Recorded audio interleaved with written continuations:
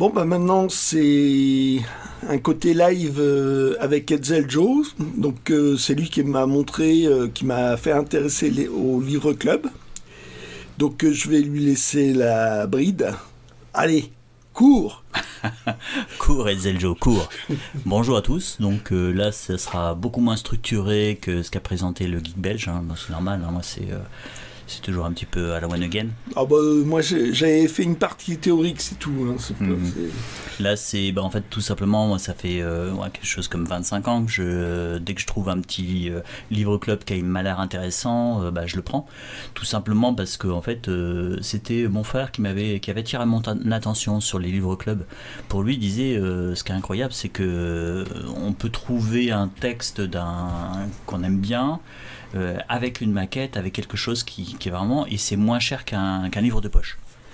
Donc c'est, en plus moi j'avais de la chance, j'avais un dépôt-vente qui était pas très loin de l'endroit où j'habitais, donc j'y allais régulièrement, et en fait on trouvait ça, à l'époque c'était 5 francs, après c'est passé à 75 centimes d'euros, donc c'était vraiment ridicule. Mais c'est ça qui est marrant avec les livres club, c'est que c'est pas bien apprécié. Oui, c'est ça. Et on peut trouver ça pas cher. Ah oui. Là, j'espère que ça va vous donner envie de les rechercher. Non, faut nous les laisser. Oui, c'est vrai, vous avez raison. Ne regardez pas la fin de ces livres ne sont pas ceux qui vous intéressent. Et donc, bon, j'ai commencé déjà par les textes que je connaissais et que j'appréciais. Donc, bon, là, vous avez deux versions. Ces deux versions, ça va passer de Chronique martienne. Alors là, le rhodoïde fait un peu la gueule. C'est effectivement dans ces livres clubs, souvent ceux qui ont été les romans de science-fiction qui ont été mis dans ces collections, c'est Chroniques martiennes. Hein. Je pense qu'il en existe d'autres. Disons que c'est vraiment l'exception, la règle. Ça et Fahrenheit 451, on les trouve partout. Oui, c'est vrai. Voilà, c'était la partie émergée de l'iceberg de cette sous-littérature. Parce que c'était de la sous-littérature à l'époque. Donc, peu de livres club quand même avec de la science-fiction. Oui, c'est ça. Il y en a, je vais vous en montrer un ou deux, ce sont les exceptions. Mais il y a plein de textes qui sont très sympathiques et puis des maquettes qui sont incroyables en fait. Donc là, pour ceci, hop. Voilà, ça commence comme ça. Vous voyez, donc il y a une préface, vous avez la biographie, la bibliographie, une table des matières, un cahier d'encyclopédie littéraire. Et voilà, très sympathique. Le Marco Polo du futur. Voilà, on a hop là, quelques illustrations. Voilà. Un signet. Ouais. Hop. Là, on a. Hop. La science-fiction dans la littérature du XXe siècle. Par Jacques Steinberg. Ouais. Voilà. Et là, vous avez le numéro, l'exemplaire. Le tirage, c'était 22 000 exemplaires, hein, plus de 22 000. Mais numéroté. Attention, Ah c'est oui, numéroté. Oui, c'est numéroté. Donc en fait, vous voyez, c'est le club des amis du livre. Donc c'est CAL. Ouais, c'est ça. Et donc ça, c'est assez facile à trouver, hein, parce que le numéro d'exemplaire était assez important. Oui, donc moi dans ma partie théorique, je n'ai parlé que du Club français du livre parce que c'était le plus représentatif et le principal, j'ai envie de dire. Oui. Mais il y a eu plein de clubs différents.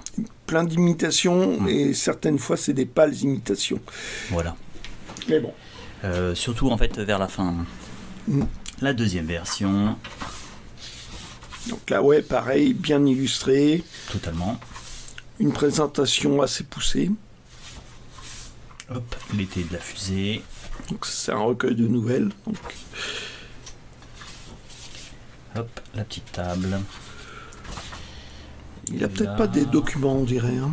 Non, il est... Pas de préface. Ouais. Il est plus simple. Ça, c'est les chefs-d'œuvre de la science-fiction et du fantastique. Il n'y a pas l'air d'avoir de justificatif avec le tirage. Hop, voilà. Donc il y a des très bons textes dedans. Oui, et ça c'est une bonne série. Oui. Là, donc, hop, Jacques le Fataliste et son maître, de Diderot. Enfin, ça, je l'ai pris parce que j'adore le roman. Hein. Vous voyez, il y a le petit J de Jacques. Hop, ici c'est le maître. Avec le M. Voilà. Ça c'est sympathique les gardes colorés. Et là en fait, donc le C souvent c'est toujours un peu la marque de fabrique comme tu disais. Ouais, du club du livre français. Voilà. Et il y a une partie des dessins par André François. Voilà. Donc c'est vrai, hein, quand on aime ce texte, faut pas se priver. Hein, c'est avec un peu de patience, vous trouverez ça. Même chez les bouquinistes, hein, ça va être. En gros, ce sera au maxi, je pense que ça sera 5-6 euros, quoi. C'est le prix d'un poche neuf. Hein. Et puis là, voilà, 5000 exemplaires. 5000 exemplaires. Si vous chinez un peu, je pense que vous tomberez dessus. Donc c'est Jacques Daniel. Hein. À la maquette. Voilà, la maquette. Donc ça... Alors je vous ai amené celui-ci là parce que j'en ai plusieurs comme ça avec ces maquettes là. Je pense que ce sont les premières maquettes de la collection. Oui, d'après ce que j'ai lu, ça avant que ça explose avec Pierre Faucheux. Oui. Avant les maquettes ambitieuses, quoi. Oui. Là, c'est donc en fait, on voit que les maquettes, c'est Jacques Brel, je prononce Brel. Brel, ouais. L'exemplaire, il y en a 2874. Donc ils sont numérotés. Là, c'est le. En fait, ce qui est amusant, alors, je sais pas si vous le voyez vraiment, c'est que le papier n'est pas exactement blanc, il est légèrement vert. Et le papier, en fait, on dirait un peu un papier un petit peu buvard, c'est rigolo. Mais ça fait pas buvard. Ouais, c'est étonnant comme. Ouais, comme papier. Ça se sent touché. Et puis bon, voilà, c'est vraiment à la création donc du club du livre français, quoi. Ouais. Donc en fait, traduit d'anglais et commenté par Pierre Léris. Donc ce qui est quand même quelqu'un d'assez important puisqu'il il a traduit beaucoup de textes. Il a été directeur de collection aussi. D'accord. Oui, il a été un directeur de collection. Je crois qu'ils avaient fait, je ne me souviens plus de l'éditeur, mais ils avaient fait une collection spéciale sur la littérature anglaise. Bientôt, tu vas chuchoter. Je chuchote là? Oui, c'est possible. Oh, t'es pas loin. Ouais, t'es pas loin. Hop, on passe. Alors ça, ça c'est l'avantage. On trouve aussi du Poe, Edgar Poe. Alors là, c'est une autre collection. Bon, toujours traduit par Charles Baudelaire. C'est le livre club du libraire. LCL. Alors là, il y a 12 dessins à la plume de Louis James. Ce qui est rigolo, c'est que c'est sur une sorte de papier calque. Voilà. On voit bien, ça nous vient à travers, non? On voit mes doigts à travers. Fais coucou. Ouais, c'est ça. Coucou. Voilà, c'est papier calque. Et à chaque fois, c'est chaque début de nouvelle, vous avez ce papier calque. Donc à chaque fois, c'est ça qui est sympathique aussi, c'est que... Montre un peu encore un autre. C'est qu'en fait, chaque livre que vous avez sera différent.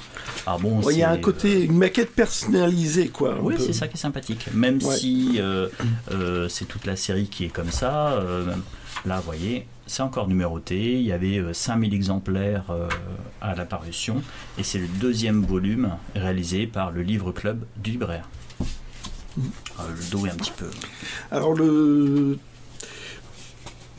en fait, tout le problème quand on aime ça, c'est trouver les bons textes C'est ça. Parce qu'il y a vraiment de tout. Ah oui, il y a des textes, il y a des petites collections qui ont existé aussi où ça peut être des grands classiques. Mais bon, si vous n'avez pas envie de les lire, il ne faut pas vous forcer. Hein. Il y a certains livres, je ne les ai pas lus, j'ai pris parce que juste la maquette était vraiment fabuleuse. Hein. Alors cette collection-là, si on voit bien, non, on voit rien. Non, on verra pas. Le côté brillant comme ça passe mal. Ouais. Hop. Bon, c'est Spartacus, hein, mais là, on ne verra pas. Donc c'est une collection en fait où ce sont que des biographies et vous avez carrément dedans. C'est une petite collection toute simple, mais je trouve très sympathique. Voilà, un petit plan. Une petite carte. Hein. Et voilà. Et là c'est toujours cette fameuse le club français du livre, mais là c'est la partie plus, c'est la collection Portrait de l'histoire. Ah. Ouais, bah, ils ont fait pas mal de collections quand même. Oui, oui. Ah oui, c'est... Voilà. Alors ça, tu l'as montré en fait en photo, mais... Oui, mais juste une photo. Ça, c'est une maquette que j'adore, c'est l'or. Je trouve que c'est une de mes préférées. Alors il y en a plusieurs en fait qui ont été faites par Massin pour Blaise Cendrars. Et à chaque fois, donc, le principe... Massin, le maquettiste. Oui, oui, oui, c'est le maquettiste. Et à chaque fois, ce principe-là, c'est voilà, ça fait juste une illustration. Hop, avec les chapitres. Hein. On en parlait un petit peu avant. Ouais, mais hors micro. Hors micro, on n'avait pas mis le micro. Donc voilà, le justificatif, les maquettes de Massin. Là, il y avait 7000 exemplaires. Donc très peu. Voilà, ouais. Donc ça, sympathique. Très sympathique. Hop. Donc là, c'est Typhon de Joseph Conrad, qui est un roman assez sympathique à lire. Là, il y a juste une petite vignette qui est incrustée dans le plat toilé. Les gardes colorés, qui sont personnalisés, qui montrent un petit peu le typhon avec le bateau. Et là, chaque page, vous avez le titre. Voilà. Que le français tue livre, toujours, 1968. Hein. 4. Ouais. C'est marqué. 64, ouais. Je sais même plus lire.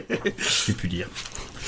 Donc il y avait 8000 exemplaires. Donc ça, c'est toujours à voir. Hop là. Alors ça, ce qui est assez rigolo, c'est que on parlait justement des justificatifs. Mais en fait, donc c'est Hemingway, pour qui sonne le glas. J'aime bien ces toilés avec deux couleurs. Puis il y a un petit creux. Estampage, en fait. Il y a un petit relief. Ouais, un petit relief avec les personnages. Qui permet de compléter les personnages. Ouais. Donc là, en fait, ça donne quelque chose comme ça quand on les plie. Et ce qui est rigolo, c'est qu'ils l'ont réédité. En lumière rasante, ouais. Ils l'ont réédité et ils ont légèrement changé la couleur. Alors je voulais j'arrivais pas à retrouver mon deuxième exemplaire. Là, vous voyez. Donc là, c'était 57. Hop. Mais il y a eu quelques rééditions comme ça avec une maquette refaite entièrement. Oui, c'est ça. Hein, c'était. Donc là, hop. Vous voyez, c'est ça. Donc c'est celui-là. Donc celui-ci n'est pas numéroté. C'était l'autre version qui était numérotée. D'accord. Ils ont repris la même maquette, sauf que c'est les couleurs qui sont légèrement différentes. Ok. Voilà. Alors celui-là, je l'ai pris parce que je trouvais ça très sympathique, cette maquette. Hop. Alors je sais pas si on va le voir, mais en fait là, c'est simplement un petit morceau en verre. C'est du véritable verre. C'est du vrai verre, et dessous ils ont mis une couleur jaune. Et on voit c'est une lampe. Et simplement c'est que c'est en rapport avec le titre. Donc on voit légèrement la marque ici, là. Ouais, on la voit un petit peu là, un petit peu ambrée. Donc elle a marqué le papier de l'autre côté. Yep. Ouais. Voilà. Et en fait tout simplement c'est que on va le voir. Donc ça c'est le club du meilleur livre. C'est Pierre Macorlan. Et c'est Sous la lumière froide. Donc voilà, c'est un rapport avec et le justificatif, en fait, il est là. Donc c'est toujours Massin. Donc il a été dans différents clubs. Et avec le justificatif. Voilà. Et là, la couleur c'est vert, hein, après, pour la préface. Pour la préface, c'est vert. Ouais, pour le titre. Pour le titre. Et après, on part sur un texte. Ah ouais, non, c'est avec un signet toujours, hein, qui est vert aussi. Non, c'est quand on commence vraiment à lire sur des livres clubs, on a du mal en fait à revenir après au livre de poche. Disons qu'il y a un confort de lecture avec une bonne marge. Le fait que ce soit en cartonné. Je veux dire, ça sortait vraiment des bouquins de l'époque. Oui, donc, totalement. Tiens, commence à montrer celui-là. Alors celui-ci. Donc ça, c'est... tu as montré les photos, en fait. C'est l'île du Docteur Moreau, tout simplement, de Wells. Club français toujours du livre, 1961. Et vous avez ça dans les premières pages. Donc le renard, le bélier, le cheval, avec les illustrations, la chèvre, l'ours, la vache. Hop, là. En fait, qui l'a fait? Le chapitre 1 Et voilà. Et en fait, en plus, c'est vrai que c'est très agréable à lire. Hein. C'est gras, ils prennent leur temps. Ouais, c'est vrai que c'est très sympathique. Et moi, le livre du Docteur Moreau, mais ça a été un choc. Pour moi, je l'ai lu il y a peut-être 3-4 ans. Et il y a un moment donné, ça m'a coupé le souffle. Donc il y a 7500 exemplaires donc numérotés. Hop. Le prochain sera pour moi. Voilà. Et donc il montre, en fait, je pense à ça là, parce que je te vois approcher. On voit que le copyright c'est Mercure de France, donc normalement Mercure de France. Tu veux le montrer un petit peu? En fait, je veux montrer, par rapport à un livre club. Mercure de France. Dire les livres étaient comme ça.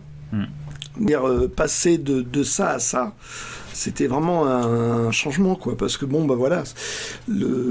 un livre comme c'était imprimé, à l'époque, c'était pas.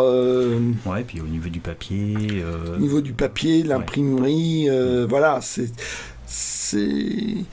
ça toute la différence entre un livre de l'époque et un livre club. Ah oui, Maintenant, on est habitué à des livres en jaquette, livres. Les Françoisirs, les livres du mois. Même, je veux dire, les romans de maintenant, qu'on peut trouver en livre un peu club, quoi. Oui, puis il y a eu beaucoup d'efforts pour les maquettes, pour les livres pour les. Mais à l'époque, la norme, c'était ça. Ouais, c'était ça. Ouais. À croire qu'il fallait justement faire le plus sobre possible. Après, il y a beaucoup de livres qui étaient sortis comme ça, mais effectivement, le but c'était que les gens un peu riches fassent faire leur reliure. Oui, voilà. Alors que là, c'était vraiment des reliures qui étaient déjà faites, industrielles, mais très sympathiques. Hop là, j'en ai d'autres piles. J'en ai d'autres à montrer. Hop. Alors donc il y avait énormément de clubs. Hein. Celui-ci, en fait, c'est les aventures de Maître Renard, mais donc avec la garde. Hein. Alors si j'enlève le redouille. Donc c'est toilé, mais une toile assez grossière. Et ça c'est à moitié gravé et on voit en fait il y a vraiment un effort qui a été mis. C'est profond comme relief avec ça fait presque toile de jute, quoi. Oui, c'est vrai que et ça donne c'est très sympathique. Il se permettait de faire des expériences au niveau de la maquette à l'époque qui étaient inédits, quoi. Maintenant c'est devenu ça a été assimilé, quoi. Oui. Ouais. Mais à l'époque, c'était. Ça surprenait. Donc, vous avez les personnages. Hop. Et en fait, c'est le club des jeunes amis du livre. Donc, c'est vraiment un club pour les enfants, quoi. Et en fait, je pense qu'on le voit bien là. Donc, l'encre n'est pas noire. On voit sous la lumière. Voilà, c'est marron. C'est pas. C'est pas noir. C'est marron. C'est un marron. Ça donne vraiment Ah oui, ça donne autre chose, avec des passages en fait où il y a toujours des petits personnages, enfin des animaux qui sont dedans. Là, ça a changé la forme. Les aventures. Hop, et après, ça rechange. Vous avez ici des petites illustrations à la fin du chapitre. Ça donne un bel objet là. Ah oui, c'est très sympathique. Hein. Là aussi, vous avez la justification. Il y avait 3000 exemplaires. Là, donc on voit, c'est la compagnie des libraires et des éditeurs associés pour le club des jeunes amis du livre. La maquette, c'est Pierre Robes, on ne sait pas trop, Robes, et de 58. Donc si jamais on croise celui-là dans un grenier, le prochain est pour toi. Hein. Ça me tend très bien. Voilà, alors celui-ci, je l'ai jamais lu, mais simplement c'est un professeur d'espagnol qui nous lisait des passages. C'est une sorte de... C'est un souvenir pour toi. Oui, c'est ça. C'est vrai que c'était... par contre, c'était très glauque, mais c'était une sorte d'Oliver Twist en Espagne. Et donc, en fait... ah oui, parce que déjà, Oliver Twist... Ouais, c'est ça. C'est quand même pas joyeux. Mais alors, plus glauque que Oliver Twist, waouh. Ouais, c'est ça. Donc, en fait, je l'ai pris. Donc, vous avez des petites illustrations ici. Je pense que c'est avec... là, ça reprend vraiment la maquette d'un livre plus ancien, je pense. Oui, ça a l'air, ouais. Bon, sympathique quand même, hein, parce que... Hop. Alors là, je parlais un petit peu des classiques, mais si vous aimez Balzac, en fait, vous avez des éditions un peu club qui existent. Disons qu'il y a pas mal on est, j'ai envie de dire, dans les années 60, pour briller, fallait dire j'ai tout Balzac, j'ai tout truc, voilà, ça posait son homme, quoi. Ah oui, totalement. Ouais. Voilà. Et ce qui fait que si vous intéressez un auteur, vous avez c'est très riche, vraiment c'est très large le choix que vous pouvez si vous aimez le classique, là en livre club... là, vous allez vous régaler. Hein, parce qu'en plus, j'ai pas ramené il y a des collections qui... les éditeurs, à un moment donné, se sont rendus compte de la puissance des livres club, et vous avez des Gallimard, ils ont fait des collections qui se rapprochaient du livre club. Hein. C'était leur collection. Ils se sont mis au diapason, quoi. Oui, c'est ça. C'est devenu une sorte de norme, quoi. Oui. Alors ça sortait de l'ordinaire. Là, c'est toilé. Et ça a été récupéré par les grosses maisons d'édition. Et donc c'est Honoré de Balzac, une ténébreuse affaire. Et voilà. Avec son signé. C'est pas moi, hein. Moi j'ai pas commencé. T'aurais dû les... Tu ferais mieux de la fermer. Ouais, c'est vrai. À chaque fois, je ferais mieux de la laisser. Laisser un petit peu mystérieux, le gars qui a tout lu. Non, il y a des choses. Je l'avais acheté parce que c'est Janine Fricker. Hein. Ça, je l'ai vu trop vite. Janine Fricker. Ah oui, aussi. mais c'est parce que c'est une maquettiste. Ouais, c'est une maquettiste, une très grande maquettiste. Et j'aimais bien cette petite maquette, à la fois toute simple, sobre, ce format-là, c'est chouette. Voilà, donc je vous ai montré l'or, voici Rome. Donc, on va enlever le rhodoïde. Ouais, parce que c'est protecteur, le rhodoïde. Ouais. Mais j'ai envie de dire, c'est pas très... Moi, je trouve ça pas très agréable, un rhodoïde. Mais d'un autre côté, l'enlever et que c'est du tissu... Ah, c'est ça. Là, c'est tissu. Vous faites pas attention à votre table. Vous étiez en train de prendre un thé, un café, vous posez sur votre table qui est mouillée, c'est foutu. Hein. Ça, c'est pour ça que des fois, rhodoïdes, ou quand ils ont perdu leur rhodoïde, vous pouvez les couvrir. Mais bon, faites attention au scotch que vous utilisez. Il faut pas prendre les scotch transparents parce qu'au bout de 10 ans, ça va vous faire de la merde. Là, c'est le même principe que pour l'or. Hein. Ça reprend une image, c'est Rome, Blaise Cendrars, avec un petit signet. Une photo pour la garde colorée. Et c'est toujours Massin qui est à la maquette. Voilà. Donc là, il y avait 2700 exemplaires. 2700 exemplaires, ça commence à devenir un petit peu plus confidentiel. Hein. Même certains étaient carrément à 1200. Hein. 1200 exemplaires. Là, 1200, ça fait vraiment pas beaucoup. Ça fait vraiment pas beaucoup. Donc on est content quand on le trouve. Hein. C'est... tu cherchais. Ouais, à l'intérieur, c'est très sobre. Voilà. C'est sobre. Ici, il y a quelques petits documents devant. Là. Ouais, c'est ça.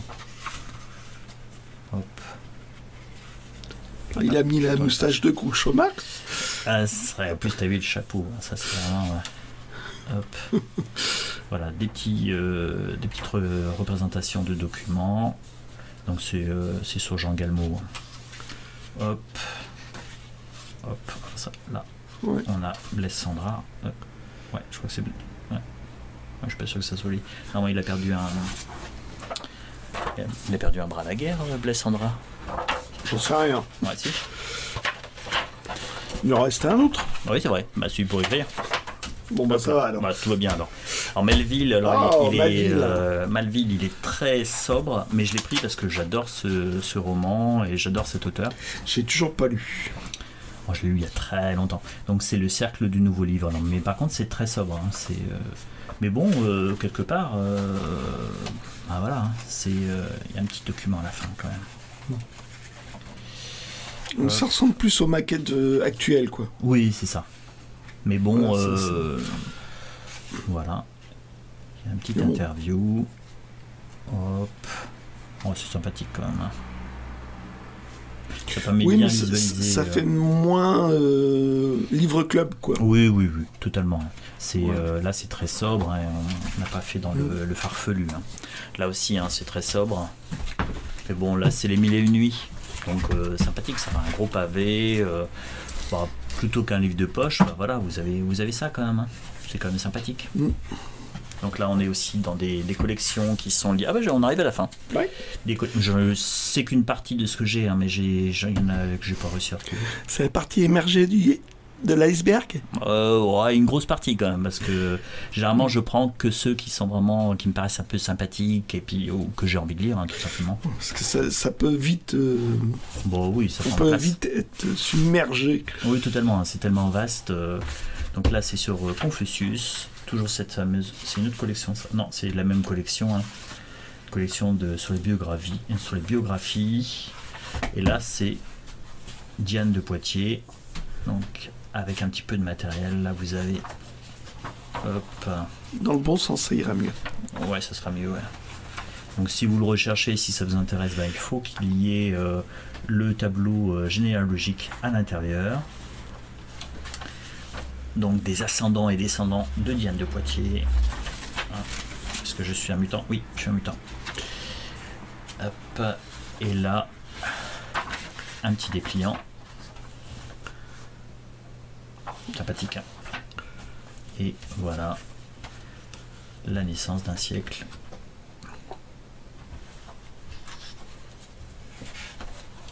Voilà, tout simple. Hein.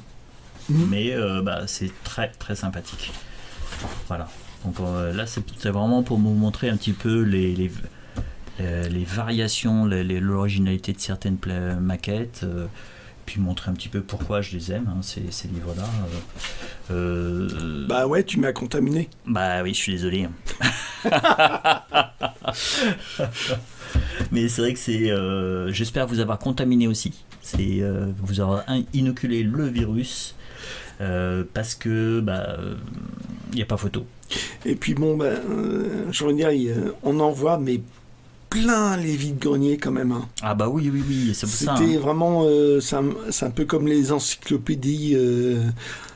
Ah oui, tout l'univers, ou même ouais. Voilà, je veux dire, tout le monde se faisait refourguer un peu ces trucs-là.